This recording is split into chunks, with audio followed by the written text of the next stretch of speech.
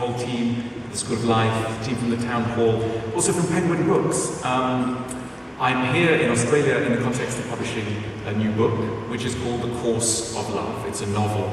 But I'm not going to talk to you about the novel directly. I think it's always a bit of a bore when novelists talk about characters you don't yet know and stories you haven't had a chance to be introduced to. So I'm not going to talk about the novel, but I'm going to talk about some of the ideas around the novel. And the novel is a novel about love. And some people have said to me, well, why did you write a novel about love? Aren't you a non-fiction guy? Shouldn't you have written like a normal essay or something on love? And I think my answer to that is that many of our ideas on love are formed by the novels we read, the films we see, the songs we listen to. In other words, the art that we take in is vitally responsible for shaping our ideas on love, and sometimes, I should say, warping our ideas on love. So I wanted to write a novel in a way, sounds a little grandiose, to help our love lives go better. I wanted to write the sort of novel that I needed to read. More on that later. But, I wonder if I can start by just asking for a little audience feedback and asking if any of you here are married and yet reasonably happy. Married, happy. So a few hands. That's really just you guys are remarkable. You guys are absolutely remarkable. I mean, not just personally speaking, but also historically speaking. Because for most of human history, the idea that you would love the person that you were married to was absolutely extraordinary. I mean, at best you would tolerate them, but you would not supposed to love them. It's really only since about the middle of the 18th century, and now known nowadays as Romanticism, that people have had this idea that the point of a long-term relationship isn't merely dynastic. Because in the olden days, that's what it was. It was like you had a cow, they had a goat, you had a strip of land, you had a bit of river, fishing rights, whatever. You got together because it made sense, and it was directed by the community, your parents, elders. And then a new idea came along. A new idea came along, and that was the idea of romantic love, and the idea of choosing someone because you were in love with them. And that was really the product of a historical movement we now call Romanticism. And Romanticism was the work originally of poets, writers, artists, living and working in the garrets and salons and libraries of old Europe, as I say, from about the middle of the 18th century. And nowadays, even if you've got absolutely no interest in Romanticism, just leading your love life in Melbourne with no thought of these guys in old Europe, I would venture that your love lives and the way that you approach love has been vitally, subtly influenced by many of the key ideas of Romanticism that still reverberate rather silently through the intellectual ether that we all breathe. And in a way, it's a way of saying that all of us love in a very historically contingent way. We haven't always approached love in the same way, we may not always approach it the same way.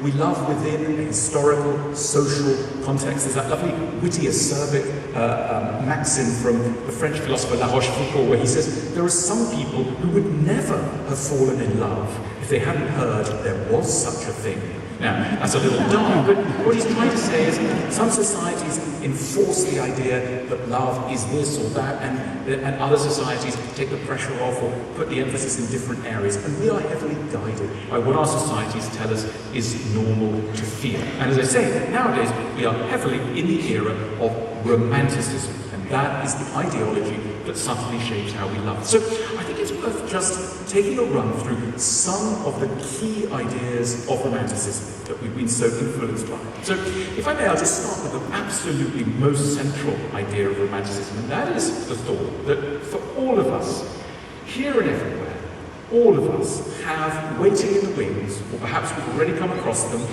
someone that we can call our soulmate.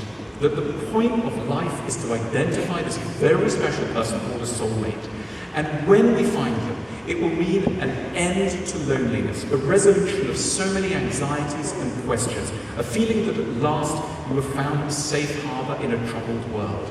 All sorts of things will be resolved when you meet this magical person called a soulmate. Of course, how are you going to find this soulmate? How can they be identified? Well, in the olden days, the way in which people got partnered up was, as I say, through family, through the community, through the elders. It wasn't you deciding. But Romanticism made a very different point. It insisted that it should be up to every single individual to identify their own soulmate, their own life partner, and that they would do so on the basis of a very special feeling called falling in love. And so all of us kind of go through life looking out for that very special feeling that will tell us that we have come across our soulmates. So we'll be sort of swiping left and right all the time, looking for that very special soulmate. And, in the airport line, at the supermarket, at the bar, also at the nightclub, all the time we're on the lookout for this special, very special person who will reduce all loneliness and make us feel finally that we are at home in the world. And occasionally we'll find them, and sometimes we don't find them, so we have to fake the feeling. Don't tell anyone what we do.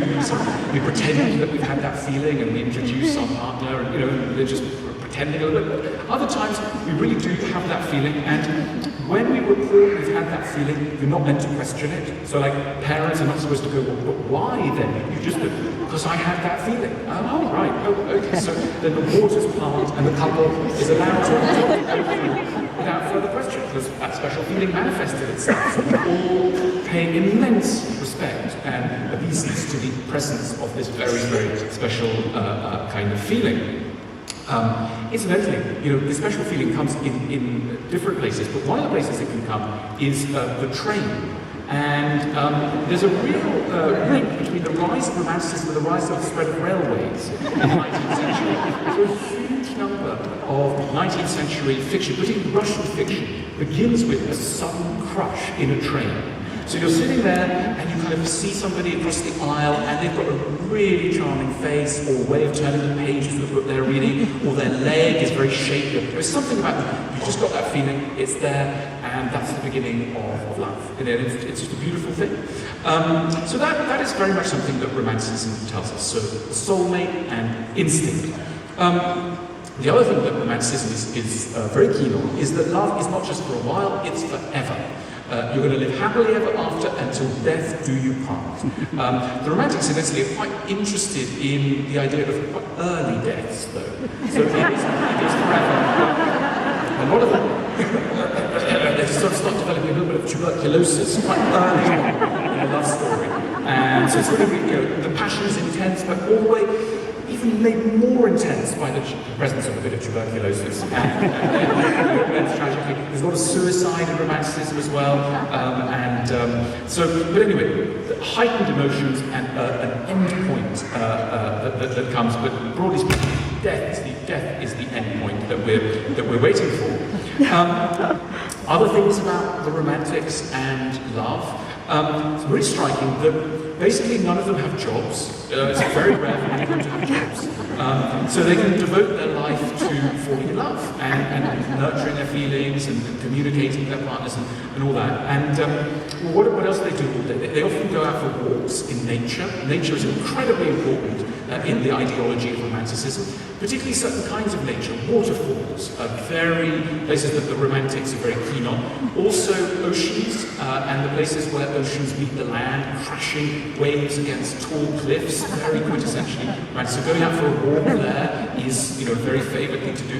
Particular times of day are favoured by the Romantics. Dusk is a very good time for the Romantics, particularly on a sort of evening where there's a thin layer of cloud and the dying sun casts its long rays on the underside of the clouds, turning a sort of pinky hue. That's a very kind of romantic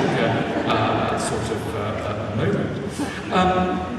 Something else, another notable thing that the Romantics do to our ideas of love is they notably change how we might look at sex. And let's remember that obviously humans have been having sex for all of history, and people have been falling in love in various ways for all of time, but the Romantics do a very special thing, which is that they declare that sex is absolutely central to love. It is the consecrating moment of love. It is the way in which love is made tangible and real, and it's therefore accorded a place that is much more privileged, much more central than it had previously occupied in other ideologies of love, which is beautiful and fine, but it does bring with it one awkward problem: adultery. Basically, Romanticism turns adultery from a problem to a catastrophe. It becomes a disaster, because if sex is the way of expressing love, if sex is the concentrating moment of love, then sex with anybody else becomes a real problem. And you notice this, whereas in fiction, in 19th century fiction, the amount of people who commit suicide around adultery is enormous. I mean, you're starting with Gustave Flaubert's Emma Bovary, Madame Bovary, Tolstoy's Anna Karenina, and on and on. Adultery is, if you like, the central theme of fiction in the 19th century.